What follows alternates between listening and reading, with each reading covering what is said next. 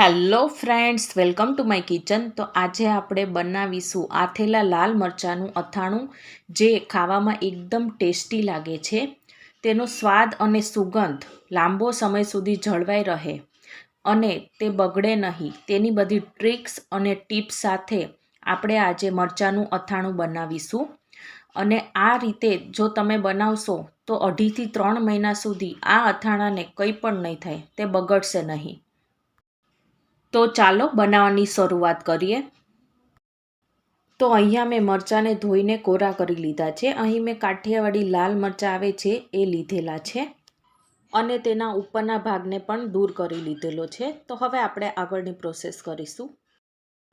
તો મરચાંને 2 ભાગમાં આ રીતે કટ કરીને તેમાં આપણે ઉપરની જે રગુનો ભાગ હોય તે આપણે દૂર કરીશું, પરંતુ બધા જ આપણે બિયા દૂર કરવાના નથી, પરંતુ થોડા થોડા આપણે કટ કરીને તેને દૂર કરવાના છે।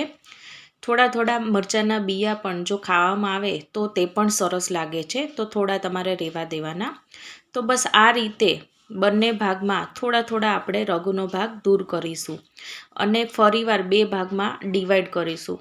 તો એમ એક મરચાંમાંથી આપણે 8 ભાગમાં ટુકડા થશે। તમે તમારી જેટલી સાઈઝ રાખવાનું પસંદ કરતા હોય મરચાંની, તો એ સાઈઝમાં તમે કટ કરી શકો છો।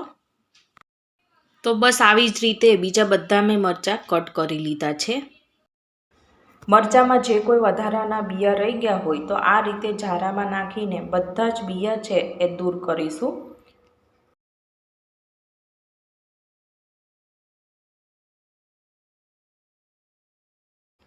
તો મેં અહીં સેમ પ્રોસેસ કરીને મરચાંમાંથી જે વધારાના બિયા હોય એ કાઢી લીધા છે।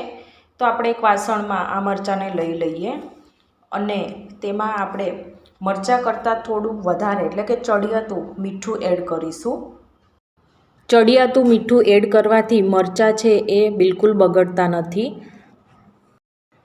આમાં મેં ટોટલ 3 ટીસ્પૂન જેટલું મીઠું એડ કર્યું છે અને આપણે હાથની મદદથી જ બધું સારી રીતે મિક્સ કરી લઈશું, એટલે એક મરચાંમાં મીઠું છે એ પહોંચી જાય અને મરચાં છે એકદમ સારી રીતે મીઠાવાળા થઈ જાય।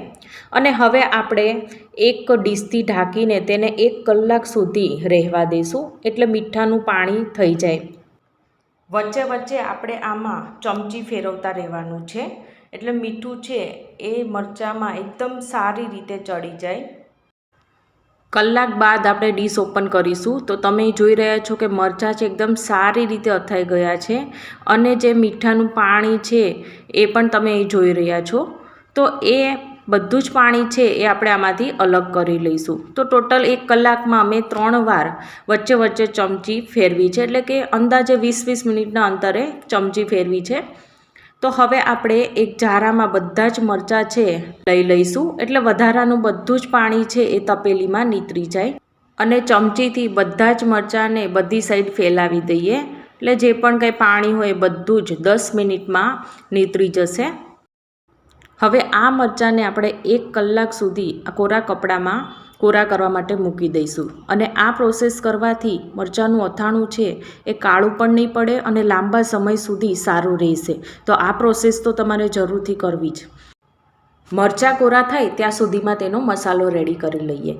તો આજે આપણે એવો મસાલો રેડી કરીશું કે તે સ્વાદ અને સુગંધમાં તો સરસ લાગશે જ, પણ તેની સાથે તે કડવો તો બિલકુલ નહીં લાગે।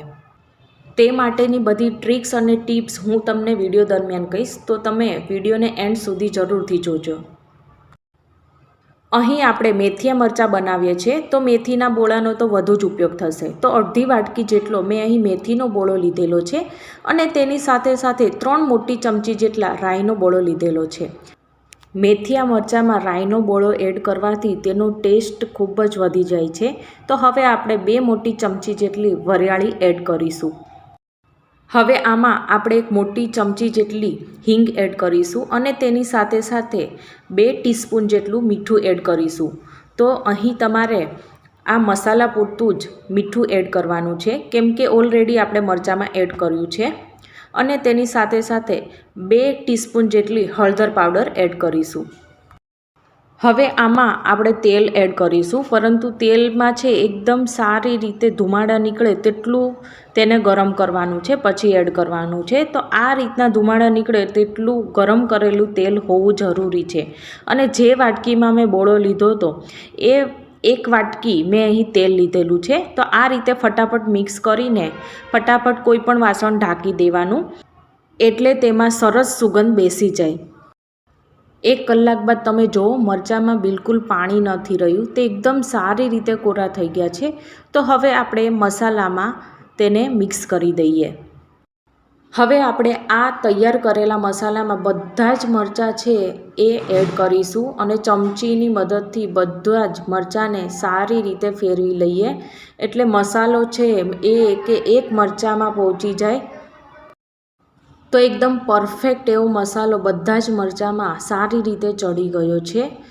તો જોઈને જ ખાવાનું મન થઈ જાય એવું સરસ આ મેથીયા મરચાંનું અથાણું બનીને રેડી થઈ ગયું છે.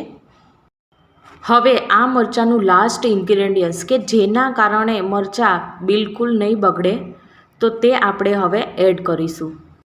આ મરચાંનું અથાણું કાળું ના પડી જાય અને લાંબા સમય સુધી સારું રહે તેના માટે મેં અહીં લીંબુના 4 ફાડા એડ કર્યા છે. અહીં મેં લીંબુનો રસ એડ નથી કર્યો. લીંબુનો રસ ક્યારે એડ કરવો એ હું તમને આગળ જણાવીશ. તો સ્વાદ અને સુગંધથી ભરપૂર એવું આ મેથીયા મરચાંનું અથાણું રેડી થઈ ગયું છે. તો હવે આપણે તેને કાચની બરણીમાં ભરી લઈએ.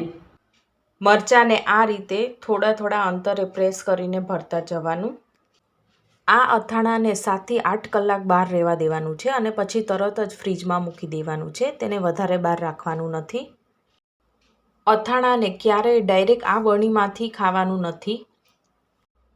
તમારે જેટલું ખાવું હોય, જેમ કે અઠવાડિયાનું, તમારે એક બરણીમાં અલગથી લઈને પછી તેમાં લીંબુનો રસ એડ કરવો, જેથી કરીને તે મરચાંનું અથાણું છે એ ક્યારેય બગડશે નહીં. અને જ્યારે ખાઓ તો તે લીધા પછી તરત જ પાછું તેને ફ્રીજમાં મૂકી દેવાનું. ઘણીવાર લાઇટના પ્રકાશના લીધે પણ અથાણું બગડી જતું હોય છે. તો આપણે કોઈ પણ કોટનના કપડાથી આ બરણીને કવર કરી લઈશું, એટલે અથાણું બગડશે નહીં. તમને આજની રેસીપી મારી કેવી લાગી એ કમેન્ટ સેક્શનમાં જરૂરથી કહેજો. અને જો મારી આજની રેસીપી તમને ગમી હોય તો મારી ચેનલને સબસ્ક્રાઈબ, લાઇક અને શેર કરવાનું ના ભૂલતા. તો આપણે ફરીવાર મળીશું એક નવી જ વાનગી સાથે. Thank you for watching.